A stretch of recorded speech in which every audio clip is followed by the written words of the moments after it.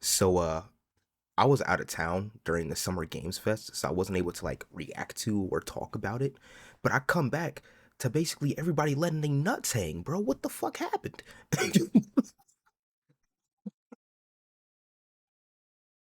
Bro, I'm so confused. Like, gang, I come back, mind you, I'm in Louisiana, in the Raven shit.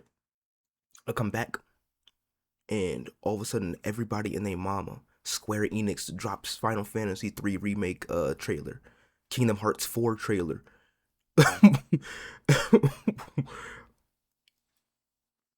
I'm just so confused. How? How did all of this happen in one weekend? This feels like E3 all over again, bro. This is what it feels like. And the worst part about it is that if you're still doing console wars in the big 2026, this is like the worst time for you to do it because like say you were on PlayStation side, they have nothing. Meanwhile, or I wouldn't say nothing. They had God of War Live, however you pronounce it. They have God of War new installment, and that's like the only major thing to come out of there. But like Xbox dropped a whole lot of shit, and then Nintendo dropped a whole lot of shit. And I think like the indie games department, like the folks who doing like PC games and things that can come to consoles, did a whole lot of shit. So I'm like, if you're still doing console wars in the big 2026, this is like the worst year for you to do it. I'm gonna be honest with you. And the only reason I say that now is because there's actually a subsection of people who still do it. There's a subsection of people on this planet who still actually participate in console wars, which I never understand because I think at least at one point in time, if you were financially stable, having all three was the most optimal. Or to be honest, just having one of the two big AAA consoles of Xbox and PlayStation, and then having a Nintendo console, or if you just wanted to have a PC and skip all the bullshit, then that was a better optimal way as well, and then having a Nintendo Switch on the side to play the Nintendo exclusives. But my confusion isn't more of why people are still doing it. My confusion is how did everybody just line up to go so crazy in the span of 3 days, bro? Like what Summer Games Fest was like from this Friday and then Nintendo Direct dropped a random fucking presentation on Monday. Mind you, we could have just had E3 at this point, if we're being honest. We could have just had E3, but I'm not mad at what we got though. Like, honestly, I'd rather if it's because, like, mind you, at the time of recording this video, it's the 10th of June. In my personal opinion, no, not in my personal opinion, this is just facts. E3 used to be during this exact time, So it's like this is like basically just E3 all over again. And this is why I think E3 should be back, bro. Because I'm tired of waiting for the Game Awards for new games. I'm tired of waiting. Well, Summer Games Fest makes sense, but Summer Games Fest is just a replacement for E3, and it's nowhere near. And until this year, it's been nowhere near as good because after a while, people said, "No, we're just going to shut down E3 and we're going to basically replace it with our own version." I think Nintendo was the first one to do it with the Nintendo Direct. Then PlayStation started doing it with their own games showcase, and I think Xbox started doing it soon after, which to me is very much like, man, it used to be like one big battle for whoever can get the best game. But like unfortunately it's no longer like that. And I think it's kind of unfortunate. But before I dip out of here before work, let me go ahead and at the very least say what my personal highlights are for the E3 showcase that were basically given to us. So first and foremost, God of War new installment. For you weird incel basement dwellers who are sitting here trying to tell me that this game won't be good because you're playing as a woman instead of playing as Kratos or Atreus, which granted, I wanted Atreus game because if you've played God of War Ragnarok at the ending, Ace, if you're watching this video, click off. I'm gonna spoil it for you. But what you call it? If you played the ending for God of War Ragnarok, what you call it? Atreus was basically like going off to his own journey. He was becoming a man. Even though I think in actual game time he's like what 17, 16, so it's kind of early for him to be leaving the crib and stuff. It's Norse mythology. I don't really think people care that much. At least I don't. Like he's finally mastered his transformations. He found the love of his life, and he's going on about his own journey. And I think that's a beautiful story to tell. But my curiosity is now what's he up to after the events of Ragnarok? Because if you've played Ragnarok, you realize that Valhalla was a continuation of Kratos' story, and if we're gonna be honest, kind of the ending to his story. Because if you've played Valhalla, like which is basically the DLC that's after that, it's basically him going through his own personal turmoils and struggles. And I think that that's pretty, for lack of better terms, it's pretty beautiful because I think that it's a very good aspect of character writing. And I think that if you ended Kratos' story right there, it's basically perfect in terms of the character development that we've seen with Kratos from the early 2000s to now in 2026. I think that, and honestly, if Loive, the game God of War Loive, uh gives it a little bit more character depth about that, it wouldn't be terrible, but it would be, I just wouldn't say it's not needed. I think we should just really focus on Live or Freya. I think no, not Freya. I forgot her name already. I'm pretty sure it's Live. But what you call it? Long story short, I'm sure if you just focus on her, then everything in terms of a story standpoint, I think leaving it right there where Kratos is pretty good. Now, if you're an RPG fan like I am, this showcase of games that we've seen in the last 3 to 4 days has basically been like your bread and butter. Like the best things that could have came out in terms of like an announcement standpoint has is basically out as we speak, right? So let's start off with the hugest heavy hitter of all, Kingdom Hearts 4. Kingdom Hearts 4. Now, granted, I only played Kingdom Hearts 1. I'm planning on playing the other ones soon. I have the whole collection. I just need to get around to playing it. But I only played Kingdom Hearts 1 and I like it a lot, right? Because I like the aspect of taking Final Fantasy characters and putting them in a Disney setting. I wasn't even a big Disney kid, but I really mess with Mickey Mouse and I really mess with Goofy. Donald Duck. But then anywho, but like those are some really good, aspects. Then Final Fantasy 7 Remake, Part 3. Now, a lot of people are speculating this is going to be the final part, which, if it is, then I need to go ahead and play the second part because I only played the first part as well. But people are kind of irritated that this game is being remade so many times, but you got to understand, if you went back and played Final Fantasy 7, you would understand why the game is remade. Like, go back and play the original. Genuinely. Like, go back and actually play it. You can get it for $7 on the PlayStation Store and like $4 on Steam. Go back to that game and then come back to me and tell me that doesn't need a remake. Like, the game, for me, didn't, in a gameplay standpoint, aged so bad that I'm like, no, I'm just gonna wait till the remake comes out. That's like, in my personal opinion, old Final Fantasy games, I'm sure were amazing for their time, and 7, I'm sure was amazing for its time.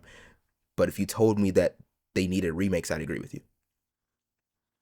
I don't think that's a ridiculous take to say. That's really all I have to say for Final Fantasy VII, because the discourse I've seen around that game getting remade the way that it did is starting to rub me the wrong way. But speaking of remakes, Persona 4 Revival.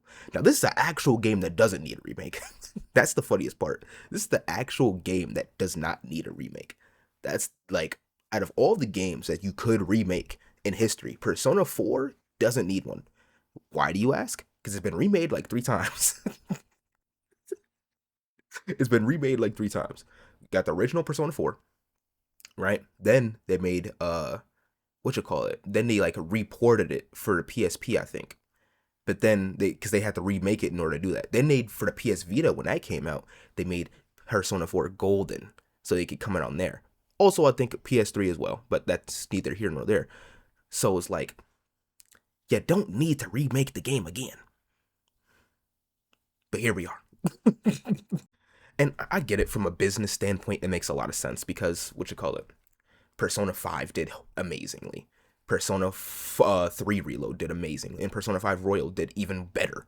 So it's like, I completely understand why people believe that Persona 4 does need a remake, considering how well P3 did. And I played the P3 remake. I didn't even play the original. But if they didn't remake the game, I would have played the original. But according to my homie, that game actually did need that port. So who knows? Maybe maybe there's a lot of people who feel the same way about P4. But considering the fact that the game's remade, there's a lot of things about the game that I really hope that they either change for the better or kind of just leave alone, if that makes sense. Like, For folks who actually played Persona 4 Golden, you know that Yosuke has dealt with a lot of homophobic tendencies in the game and things of that nature. I want them, if they're going to address it, I want them to actually address that with grace and like put it in the aspect where they're like, oh yeah, this is like an actual instance of bro is dealing with internalized homophobia and like how he's actually uncomfortable with his own masculinity. I already say that's just one thing, you know. One thing I do think though that's going to be very irritating from the Persona community for the next like 2 years when this game actually does release, because mind you, it's supposed to be it's announced for February of next year. Is that we're gonna be dealing with about 10 more years of Naoto discourse. Oh, is she trans? Oh, she's not trans. Oh, she is trans, but it's because or oh, she's not trans because it's supposed to be a tomboy figure and how she wants to be known for something else outside of her gender identity. However you want to interpret the story, I don't give a fuck. I'm just tired of the discourse. Like I'm genuinely tired of it. Right? I'm tired of that discourse, and I can almost guarantee when the game's been out for like a month, there's gonna be 3 video essays about how Naruto is supposed to be an allegory for transgenderism, which P personally, I don't even think is a ridiculous take. But there's gonna be about 100,000 niggas in his comic section talk with some, no bro, you're talking bullshit. It's because of this, that, and the third, or blah, blah, blah, blah. And I'm just like, bro, at the end of the day, niggas can interpret the story differently. And it's different if you're just like if you're grasping for straws. But the evidence that folks use for the Naruto being trans theory makes a whole lot of sense. So I don't get it, bro. I don't get why people are like I understand not agreeing with it, but then I don't understand attacking folks for that for that opinion. Does that make sense? Speaking of things that make sense, we got Persona 6. You know, I don't got much to say here. We didn't really get a whole lot. It's supposed to be a darker theme, so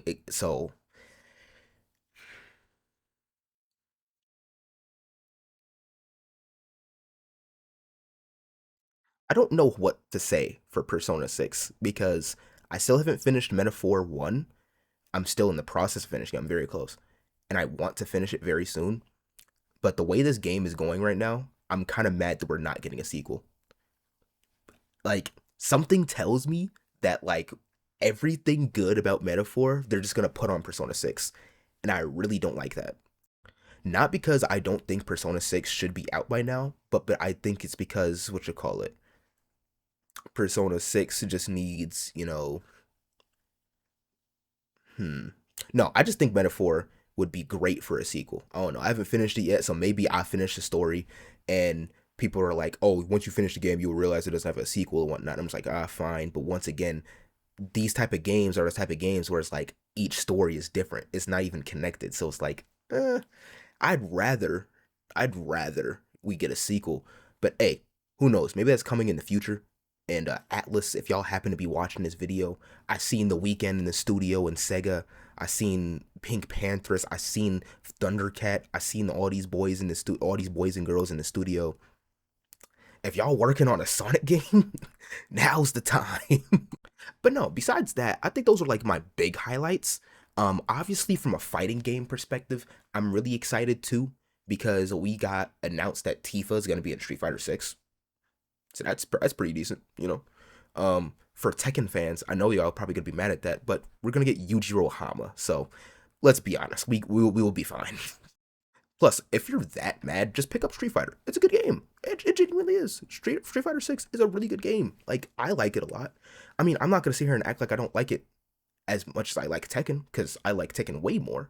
But and it would have been fire to have Tifa in Tekken. But it's obvious that's not where they're going with that. And you got to understand, Tifa is probably the most expensive character from Final Fantasy to license. Probably even more expensive than Sephiroth. I'm so serious. Like you could probably look this up. Like I'm pretty sure Cloud, Tifa, and Sephiroth are the top 3 most expensive characters to license from a gaming company.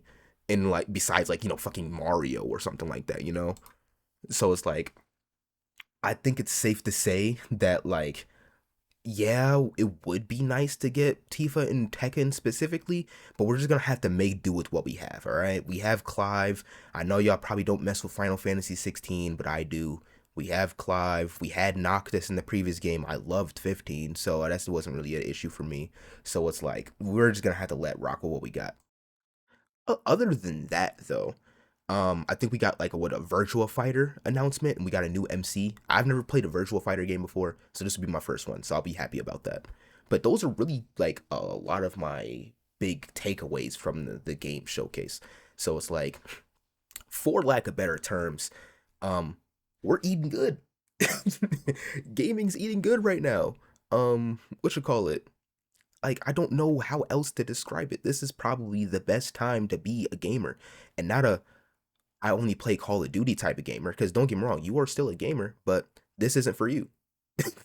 This showcase wasn't for you. If you play 2K, Call of Duty, Siege, shit, even Apex only, these showcases weren't for you, and that's fine. You're probably gonna get your time soon. Probably later this year, probably like November, I would assume, because that's usually when shooters really be coming out. So I'm like, y'all gonna get y'all time. Don't worry. Or not even that. The Game Awards. Every year, the Game Awards showcase like 6 new shooters for people to try out. So like, y'all be fine. Y'all be okay. Other than that, though, if you liked this video, be sure to please deep fry that like button. It goes a long way. We're trying to go into like 500 subscribers at this point. If you want to hear me yap, not only just about gaming, but about hip hop, anime, movies, things of that nature, please be sure to subscribe. Um, Excuse me. But please be sure to subscribe. This video is a bit unedited because I'm literally about to go to work, so I just wanted to get this out and go. But besides that though, uh be sure to tell me down below what games y'all are excited for, because there's a lot of games that what you call it I could be excited for as a person. But I know that other people were like looking at the other games that Nintendo and PlayStation and Xbox might have showcased and be like, yo, this is fire. I was excited for Crazy Taxi until they announced that they was using generative AI. So y'all can keep Jet Set Radio, man, because if that's what y'all gonna do, man, I don't care.